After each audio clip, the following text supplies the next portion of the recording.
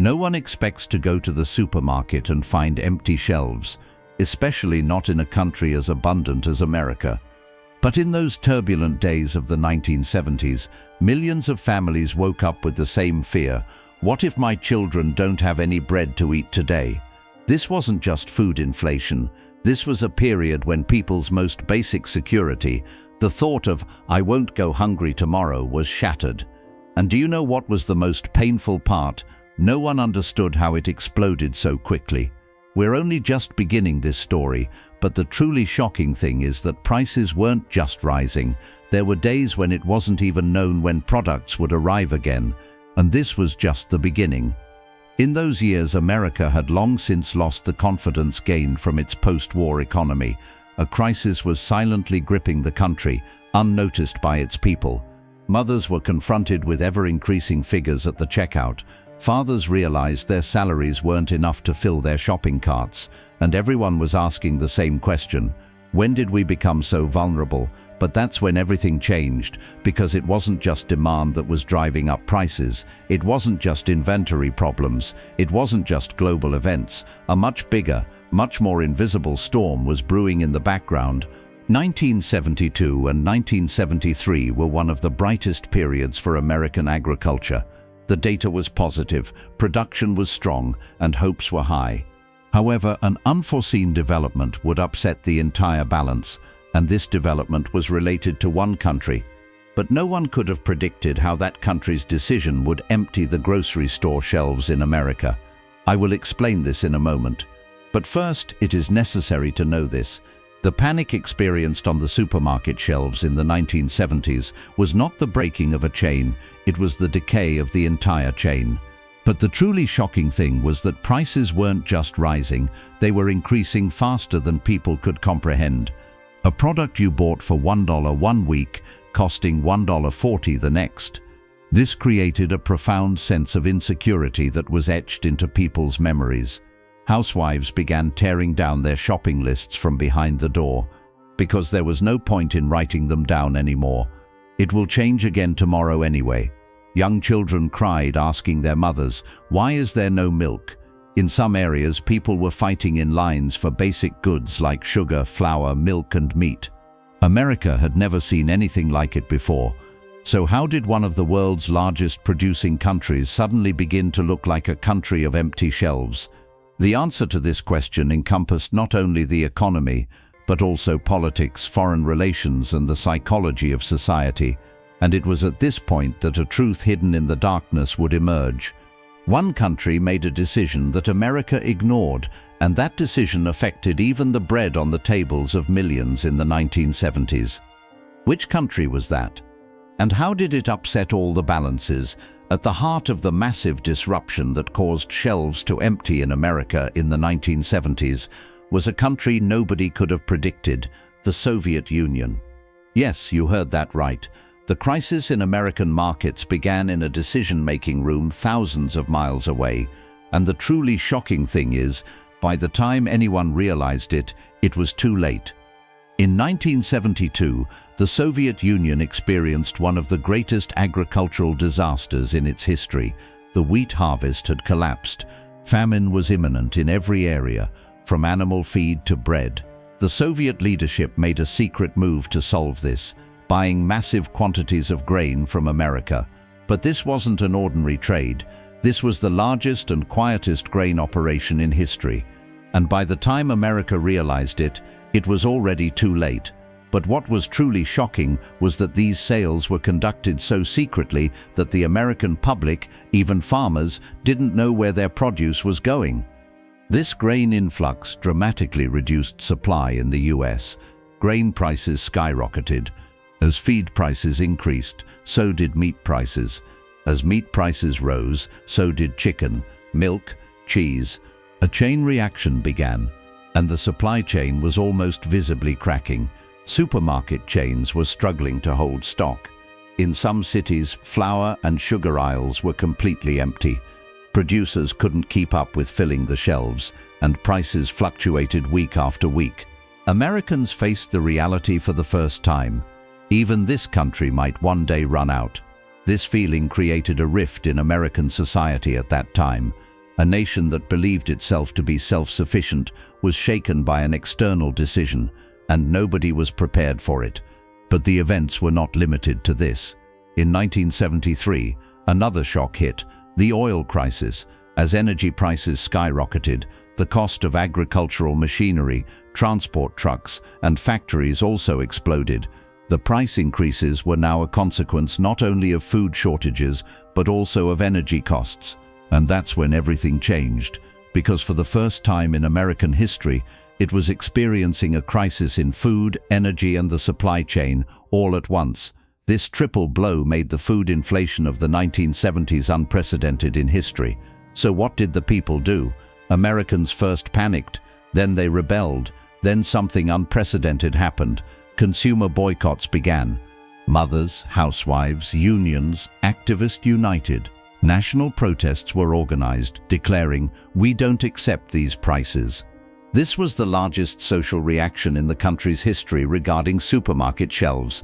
But amidst all this turmoil, there was a much deeper, unseen danger. Because the real breakdown wasn't in the prices, it was in the psychology of society.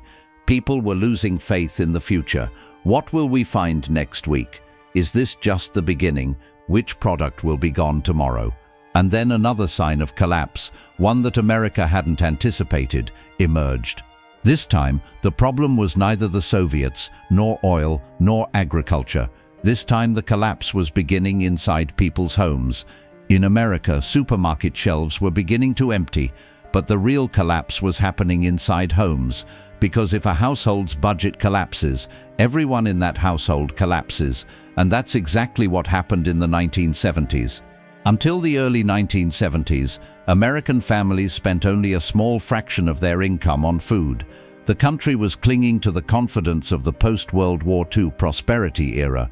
The idea that no one in America goes hungry was still strong, but that confidence was shattered within a few months. Food prices weren't just rising, they were spiraling out of control. Meat, 25%. Milk, plus 18%. Grain products, plus 22%. Sugar, nearly 30%. And all this happened in just 12 months. People started to realize their salaries weren't enough. But what was truly shocking was that something even more dangerous than the price increase was happening. Americans began to change their shopping habits. Housewives began shortening their grocery lists. Children were no longer drinking as much milk as before. Portion sizes of meat in home-cooked meals were reduced. Some families were even cutting back on eggs for breakfast. This wasn't just an economic downturn, it was a collapse of living standards. What America called middle-class pride began to crack with those empty limited sale signs hanging on the shelves. This scene in a supermarket best illustrates the spirit of the times. A mother wants to buy the last 2 cans of margarine. An old man behind her asks, "Would you leave one?" The woman pauses for a moment and she puts the product back. Because scarcity had made people more understanding but also more apprehensive of each other. But the real devastation inside the home began when the bills arrived. Because energy prices, triggered by the oil crisis, had skyrocketed heating costs. During those harsh winters of the 1970s, heating was turned down to a minimum in many homes. Families sat wrapped in blankets and kitchens were freezing cold, and it was at this point that the crisis ceased to be merely a food problem and transformed into a full-fledged survival problem. Food was expensive, energy was expensive, transportation was expensive, and family incomes remained the same. In this environment, something unprecedented happened. Home economics education was reborn. Newspapers began sharing inexpensive recipes. Television programs taught how to make a product last longer. In some neighborhoods, neighbors began bartering each other, but all these solutions could not hide the darker picture to come. Because empty shelves weren't just a problem of the moment, it was changing people's outlook on the future. In a survey conducted in the mid-70s, 72% of Americans said, "We can never again be sure that we can find everything in the supermarket," and this lack of confidence psychologically fueled the country's long-lasting inflationary spiral. But that wasn't the real breaking point. Food shortages, energy crisis, oil prices, all were heavy blows. But what shook America the most was the truth the government finally had to reveal.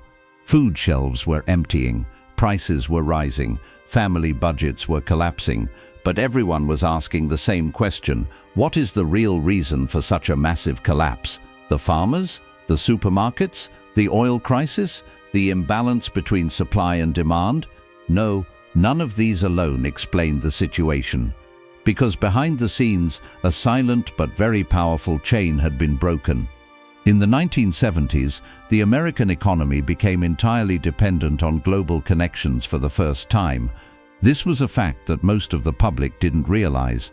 But even the slightest disruption in international trade was instantly reflected on the shelves at home, and precisely at that time, the USSR's massive grain purchases, poor harvest years in India and Bangladesh, OPEC's oil embargo, a huge surge in transportation costs, all happened simultaneously.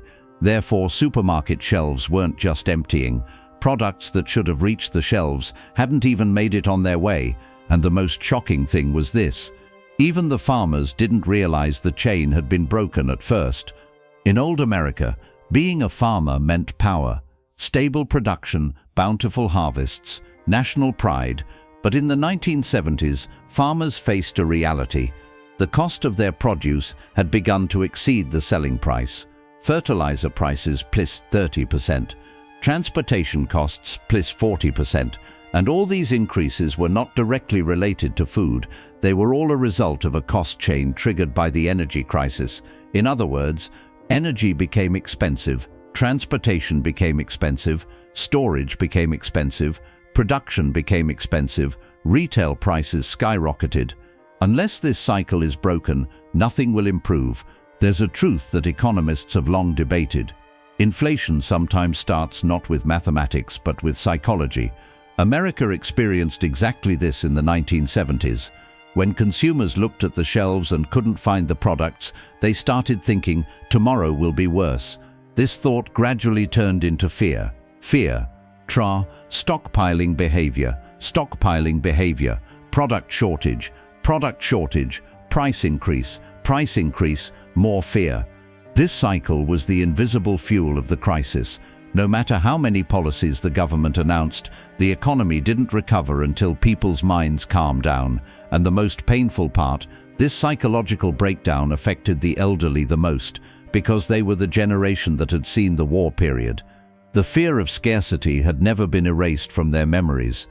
In economic downturns, the last thing to collapse isn't the numbers, it's trust. The food inflation of the 1970s was one of the periods when trust between the government and the public was most severely shaken in America. People could no longer predict when prices would stabilize and couldn't look to the future with confidence. But the real irony of this story is, the unseen culprit of the crisis was the world order, but the American family paid the price, and that is why the food inflation of the 1970s is still remembered in history as the most dangerous civilian economic collapse. But the real irony of this story is, the unseen culprit of the crisis was the world order, but the American family paid the price, and that is why the food inflation of the 1970s is still remembered in history as the most dangerous civilian economic collapse. The government tried to keep the system afloat with price controls and emergency stimulus packages, but these were only temporary fixes. The problem was much deeper: energy dependence, the fragility of global supply chains, and an economy unprepared for international trade shocks. And amidst all this, ordinary Americans learned to live with the question, will the shelves be full today? Looking back today, we see that the crisis of the 1970s wasn't just about food prices. It was a clear lesson in how fluctuations in a country's currency, energy, and foreign trade can affect even the simplest aspects of daily life. The upheaval of those years led to more disciplined monetary policy, increased strategic inventory management, and made supply chain security a cornerstone of modern economies. In short, that crisis that left shelves empty demonstrated, most concretely in American kitchens, just how tightly interconnected politics, economics, and the world are. Having overcome the crisis of those years, America has never forgotten one truth. Even the most ordinary-looking supermarket shelf silently tells the story of how the world has changed. And that harsh warning from history still holds true, because economic fragility is always felt first in the kitchen. Thanks for listening. See you in the next video.